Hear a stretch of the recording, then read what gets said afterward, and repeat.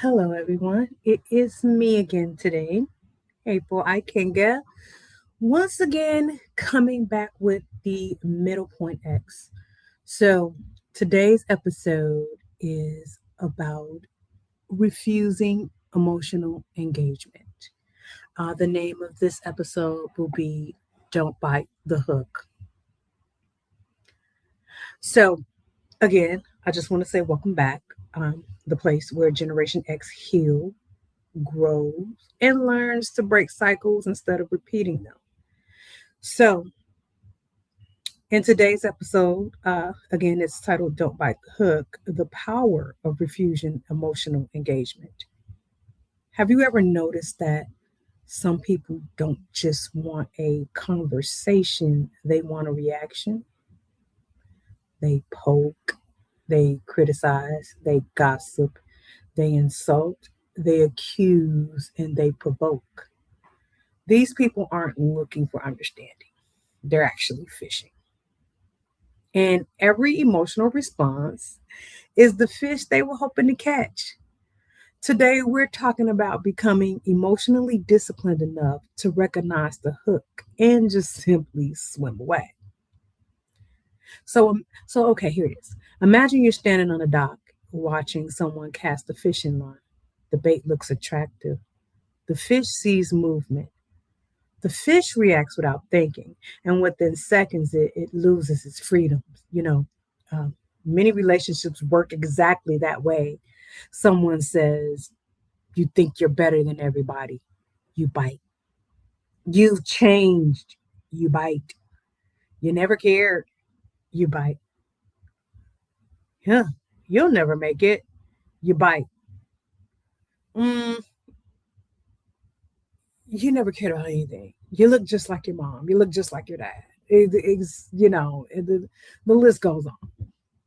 So the purpose isn't communication. The purpose is emotional capture. The moment you defend yourself, argue, scream, or try to prove your worth, you've taken the bait. The emotional fisherman now controls the conversation. Proverbs 15, chapter 1 says, "A gentle answer turns away wrath, but a harsh word stirs up anger." Sometimes silence is the gentle answer. You know why some people need emotional engagement? Well, not everyone who seeks emotional engagement is evil. Many are wounded.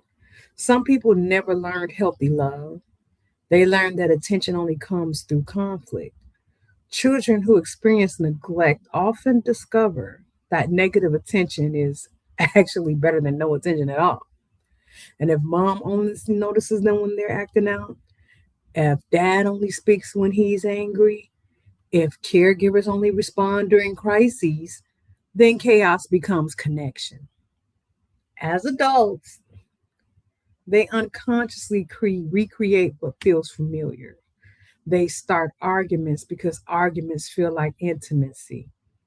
They create drama because peace feels unfamiliar. Some people, they just can't even recognize love unless there's some type of conflict attached to it. A lot of people operate from ego, right? Their identity depends on being superior. Sometimes your peace threatens others. Your confidence irritates others. Your boundaries are offensive to others. Sometimes your very success exposes others' insecurity, so they provoke. If they can make you angry, they feel powerful. If they can make you defend yourself, they feel important. And if they can make you explain yourself, they feel in control. Proverbs 16:18 actually reminds us that pride goes before destruction and a haughty spirit before a fall. Healthy people seek understanding. Unhealthy people seek domination. Neglected people, they often become, oh God, they become emotional pursuers, right? They fear abandonment. They interpret and boundaries as rejection. They confuse attention with love. They may constantly text, demand reassurance, create emergencies, or just manufacture conflict.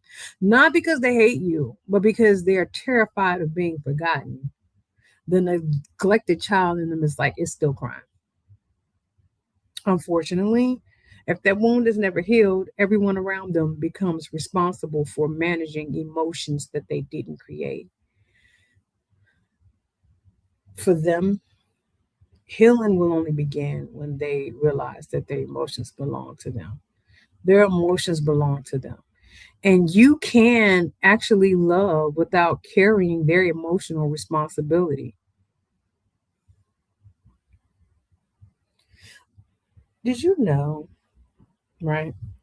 Because this is, for me, part of my spiritual journey, that Jesus was constantly invited into emotional engagement. Religious leaders tried to trap him, crowds insulted him, people misunderstood him, false witnesses accused him, yet he often refused to react. Isaiah 53:7 says he was oppressed and afflicted, yet he opened not his mouth.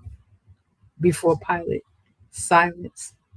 Before Herod, silence. Before Herod, silence. Before mockers, silence. And it wasn't because he was weak, it was because he was in control. Everything does not deserve a response. I find that that has been repeated quite a couple of times uh, throughout this podcast journey. You know, Ecclesiastic speaks about that. I think it's 3:7. There's a time to keep silence and a time to speak. The emotionally mature person asks, is this conversation producing peace, or is it just simply feeding chaos? You know, it's kind of crazy because every day, as you all know, emotional fishermen cast lines, social media, family gatherings, relationships, former partners, jealous people, people who need validation, people who need conflict. Not every hook deserves a bite. Ask yourself,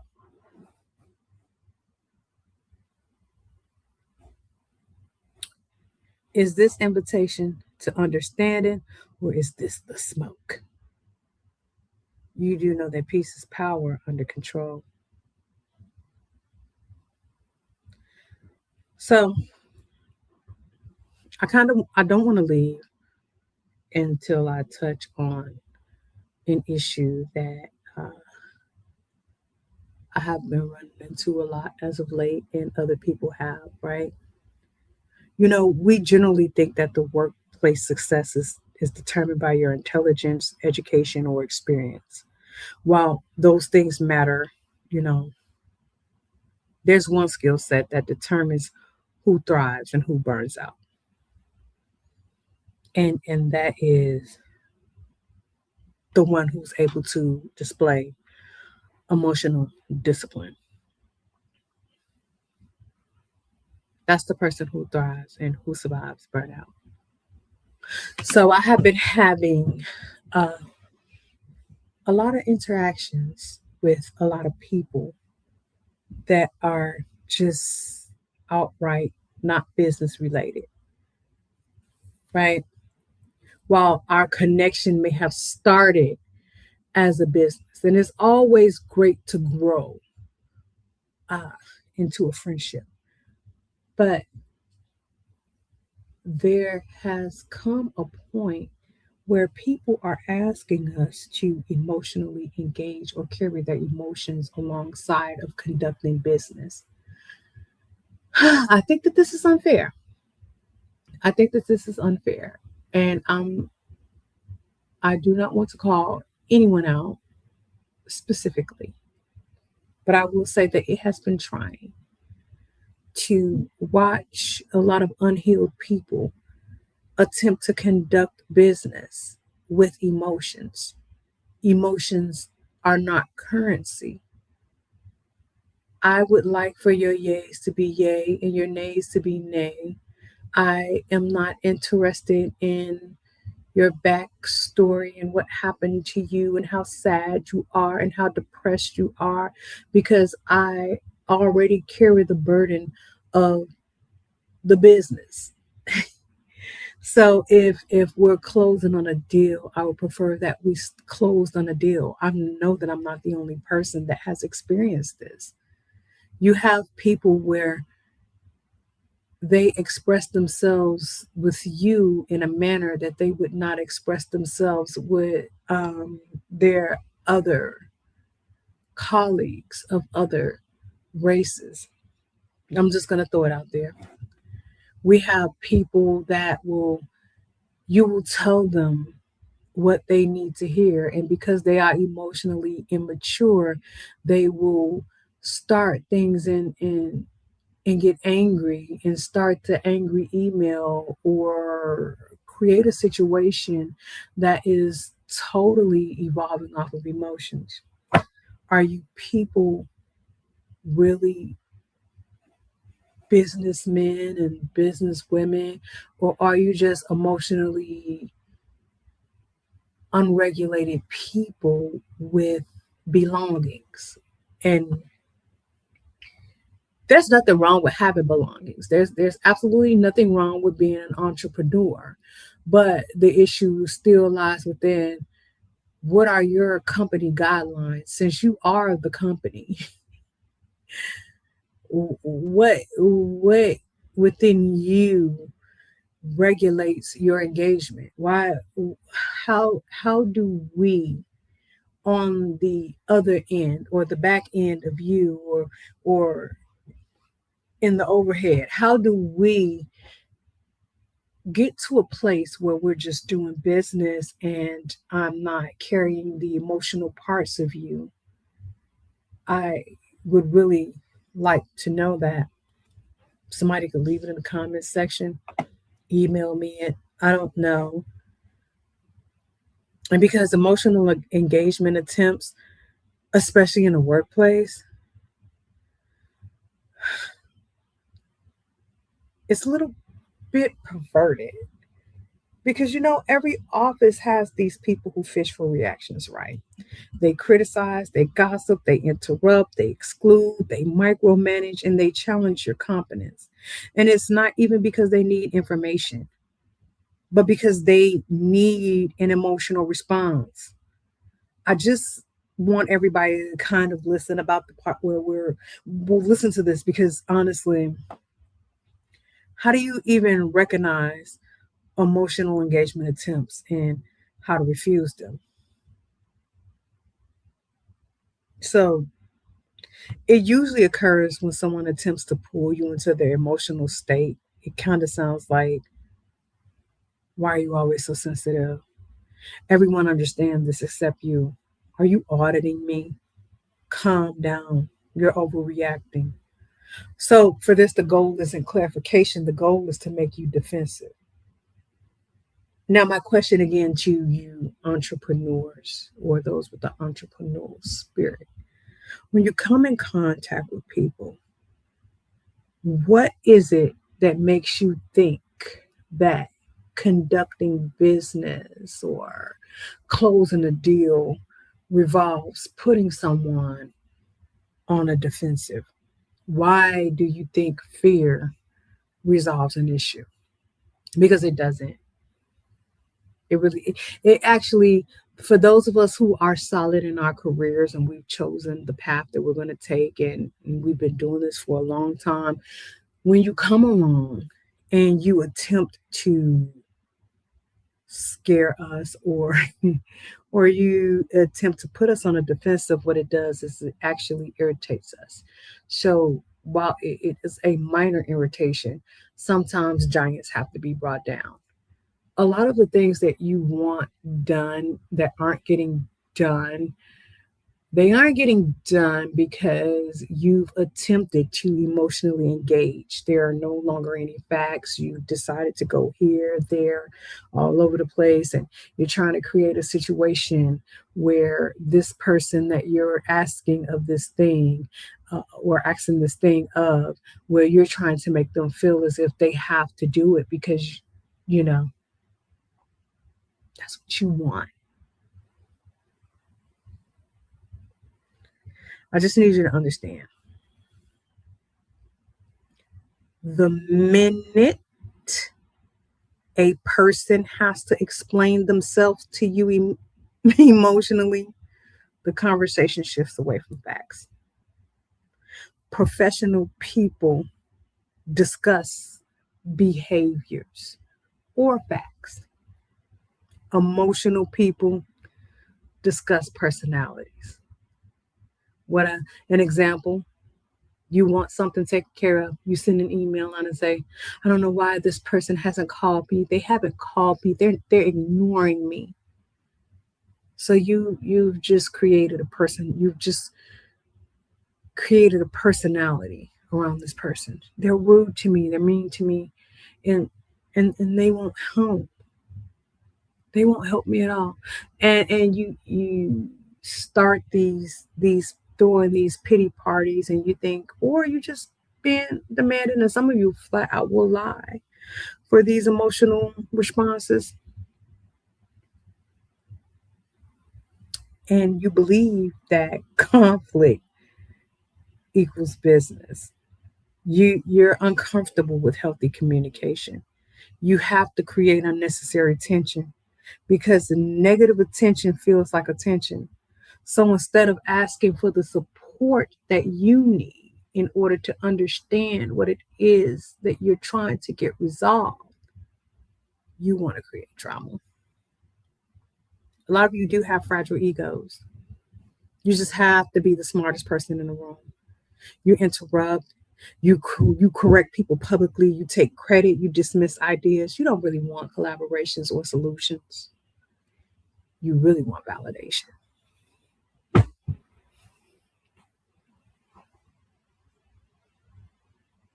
So lately, friends, because we're about to close out, I have been practicing the gray rock method. For those of you who don't know what that is, the gray rock method, it just means just being emotionally uninteresting. That is what I have been doing. I am emotionally uninteresting. I'm not rude. I'm not cold. I'm not reactive. I'm not short. I'm professional, predictable. Mm. So here's an example. If someone were to say, you always have an excuse, my response is, I'll review the request and follow up this afternoon. There's no defense, there's no argument, no explanation, nothing to feed. Emotional fishermen stop fishing where there are no bites.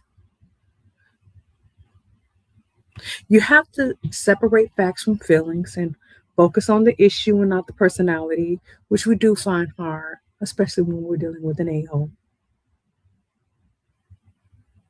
Don't explain yourself repeatedly. Over explaining invites debate. You have to keep communications very to a minimum. And don't assume bad intent. Some people do operate from wounds rather than malice. So I guess maintenance, maintain boundaries, but at the same time, don't become bitter. So your greatest strength in the streets and in the workplace, anywhere else, is not being the loudest person in the room. It is becoming the person who cannot be emotionally manipulated. When people throw bait, just remember, not every question requires an answer, right? Not every criticism requires a defense. Not every conflict requires your participation, and not every emotional fisherman deserves a fish. You have to stay professional, you have to stay peaceful, and you have to stay grounded. Because the person who controls their emotions controls their direction. Now, we could, because one of the biggest lessons I've learned is that the attention is a form of currency. When you spend your emotional energy determines your level of peace. I'm sorry, where you spend your emotional energy determines your level of peace. Some people actually survive on emotional attention. They don't care whether it's positive or negative. They simply need to know that they have the power to occupy your mind. Have you ever left home or left work or left a friend's house and you spent playing, you spent 4 hours playing a 5 minute conversation? You rehearse what you should have said. You imagine future arguments. You vent to your spouse. You can't sleep. Meanwhile, the other person has moved on. They have successfully withdrawn emotional currency from your account. Proverbs, it tells us, above all else, guard your heart, for everything you do flows from it. Guarding your heart doesn't mean building walls. It means protecting your emotional resources. Every argument costs something. Every unnecessary meeting costs something. Every defensive email costs something. Every attempt to prove yourself, it costs you something. So you want to ask yourself, is this person worthy of my emotional investment? Not every email deserves a dissertation. Not every criticism deserves a rebuttal. Not every misunderstanding deserves corrections. Sometimes the greatest business strategy or life strategy is conservation. Conserve your peace. Conserve your focus. Conserve your joy. The most emotionally mature people, they don't give everyone access to their internal world. They decide who gets their attention and who doesn't. People with inflated egos, they do like those emotional reactions to validate themselves. Your anger becomes proof of their importance. Your tears become confirmation of their power. But when you remain calm, they receive nothing, no supply, no validation, no emotional reward. Eventually, they move on to someone who reacts. Don't be the source. I, I really do would like to have this moment because I'm going to mention my Savior again. I was not going to say this part, but I kind of really think that it should be added. Jesus never chased misunderstanding. One of the most freeing truths in scriptures is this: Jesus did not spend his ministry trying to convince everyone to like him. People misunderstood him, religious leaders questioned him, crowds abandoned him, false witnesses lied about him, even his closest disciples doubted him. Yet he remained focused on his purpose. John chapter 2, verses 24 to 25 says, "But Jesus would not entrust himself to them, for he knew all people." Jesus understood human nature. He knew that some people weren't looking for truth, they were looking for conflict. Some were looking for an argument, others were looking for control. Still, others wanted him to defend himself. But Jesus consistently refused these emotional traps.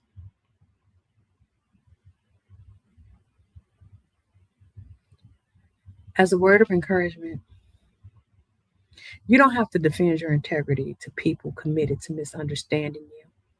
You don't have to compete with people who measure their value by comparison. You don't have to spend every moment trying to prove your intelligence, your kindness, your faith, or your worth. Your peace is more valuable than your pride. Your purpose greater than your reputation. And your calling is too important to spend your life chasing emotional fishermen. I would like to close by saying, may you walk into every meeting, every difficult conversation, every performance review, and every conflict remembering this truth. You can not control who casts the hook, but you can control whether you bite. Choose purpose and leave the emotional fisherman standing on the shore with an empty line. Till next week. Bye, guys.